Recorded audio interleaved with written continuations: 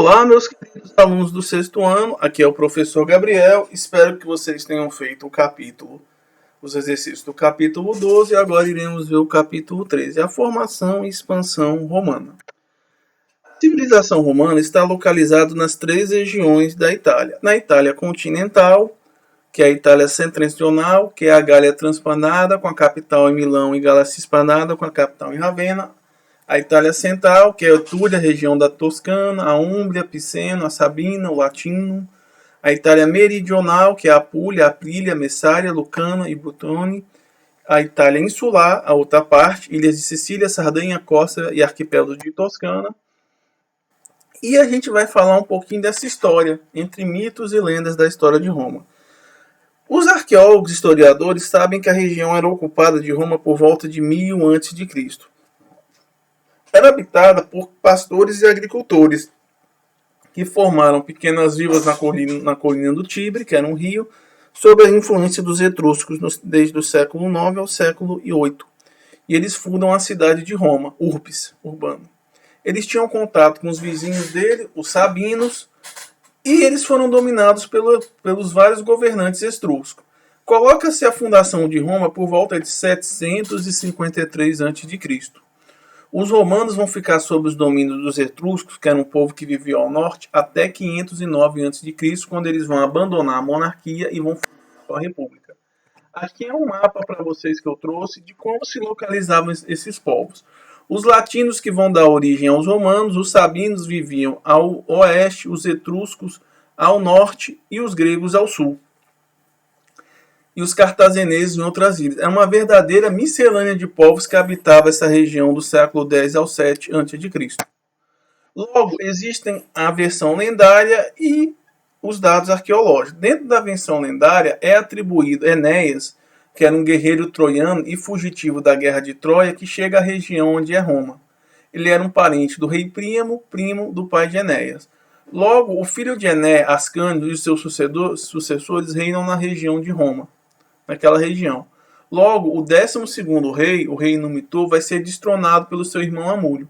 Ele obriga a lançar os netos de Numitor, que era Rômulo e Remo, no rio Tibre.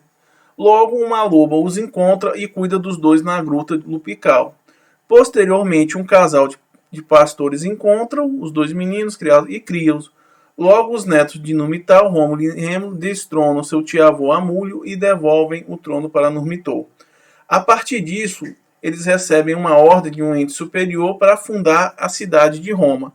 Mas, porém, Rômulo vai ser escolhido para construir e o seu irmão não aceita.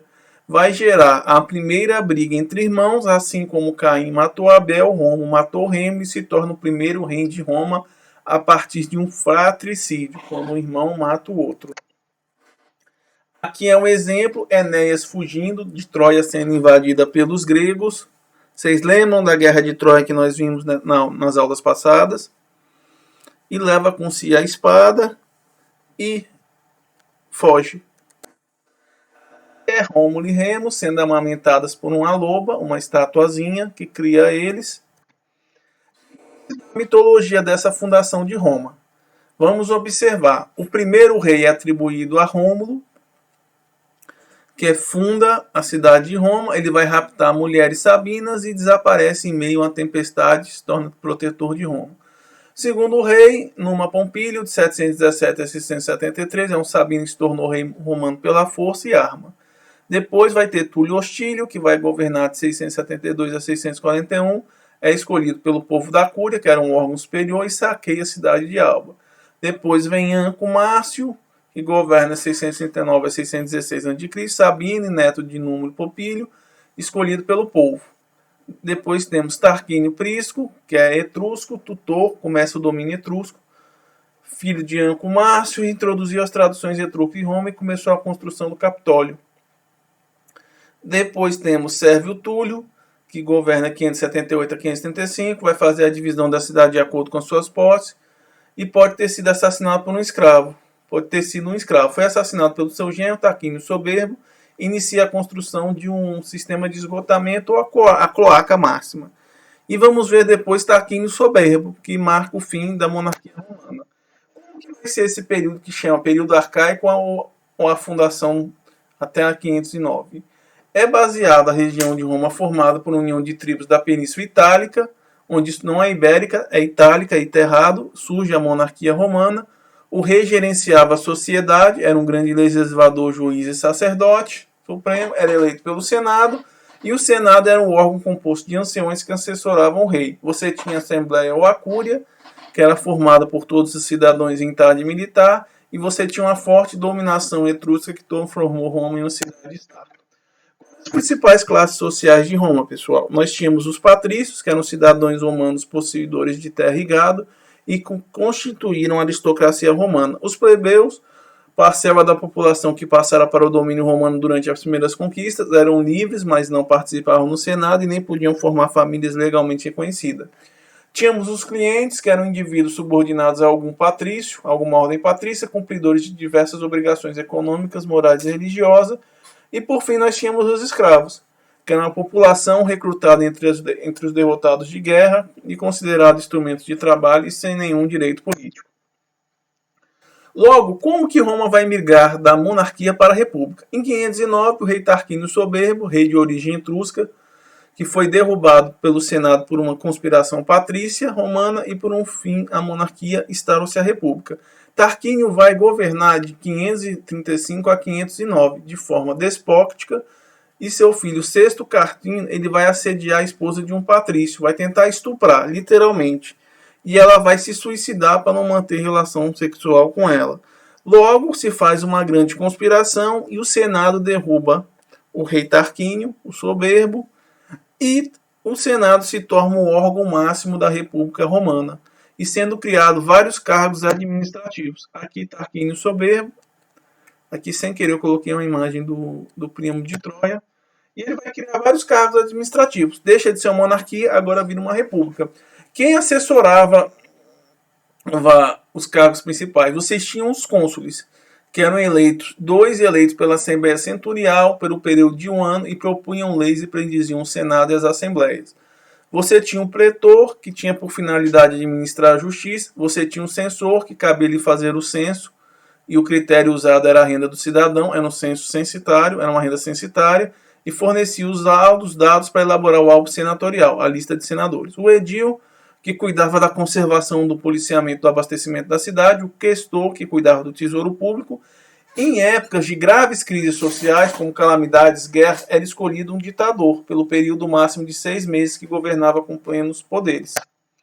Você tinha a Assembleia Centurial, que eram formadas por centúrias, grupos de soldados romanos em número de 100, que eram chamados de centurião, que a função era votar os projetos. A Assembleia Curial, que examinava os assuntos religiosos, e a Assembleia Tribal, que nomeava os questores. Aqui é um exemplo dessa estrutura política da República Romana.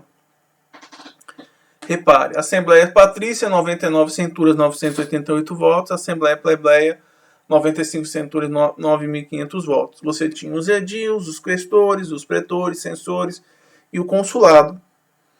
E você tinha também o legislativo com o Senado, e em último caso você tinha a questão da ditadura.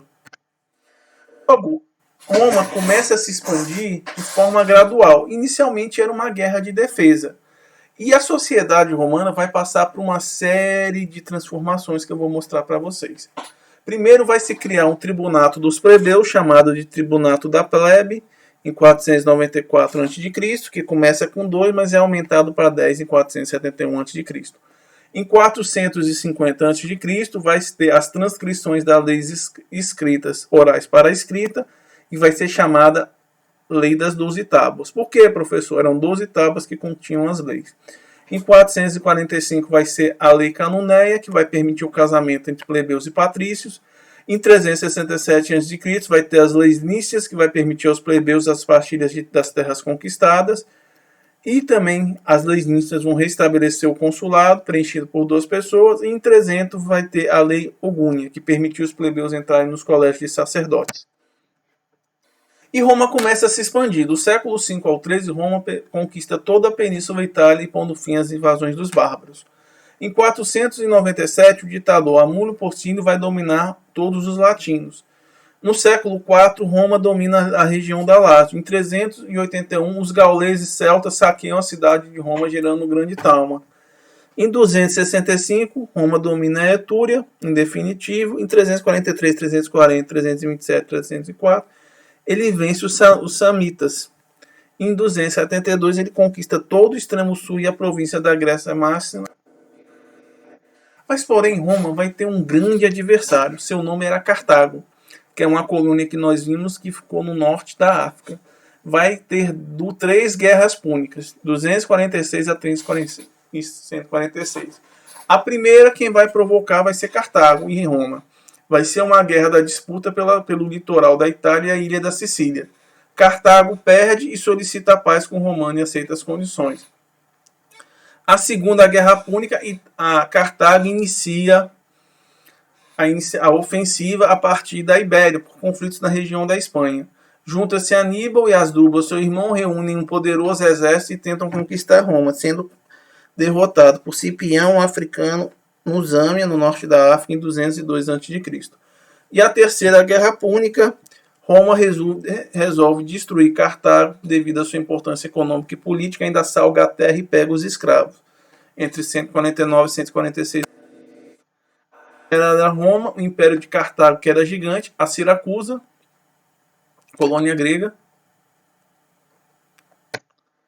e as guerras com outras guerras. Roma começa as guerras macedônias, que vão de 202 a 197. Na Primeira Guerra Macedônia, de 202 a 205, Filipe II associa-se com o general cartaginês Aníbal e tenta afastar os romanos da costa da Grécia, sendo derrotado e pedindo a paz. Na Segunda Guerra, Roma reúne aliados contra os macedônios e derrota na Batalha de Cinocefalos, em 197 a.C.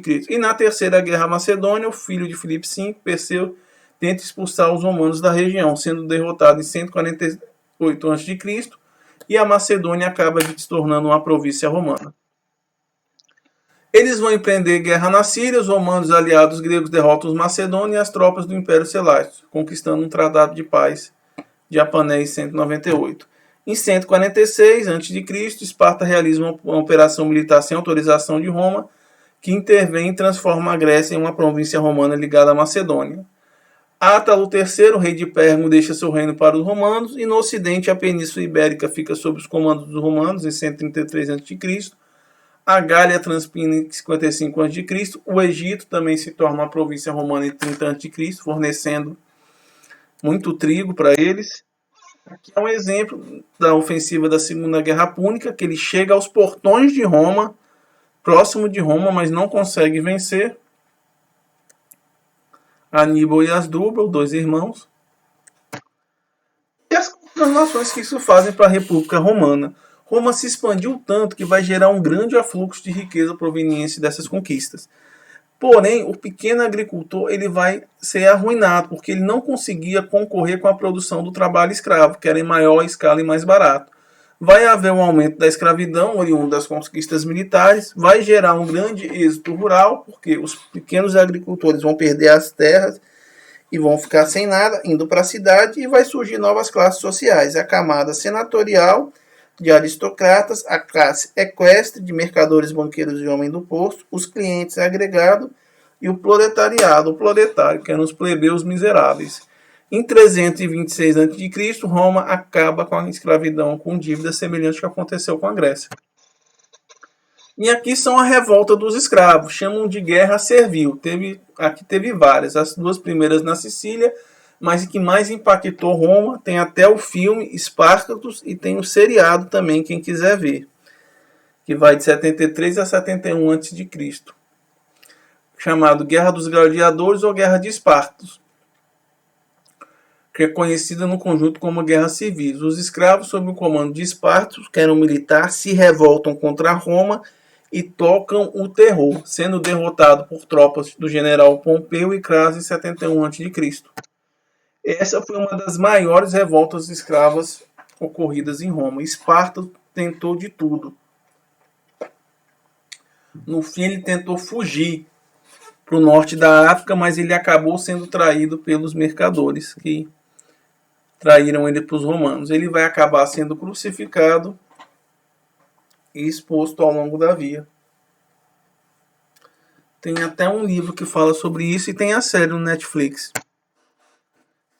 Vocês tenham gostado.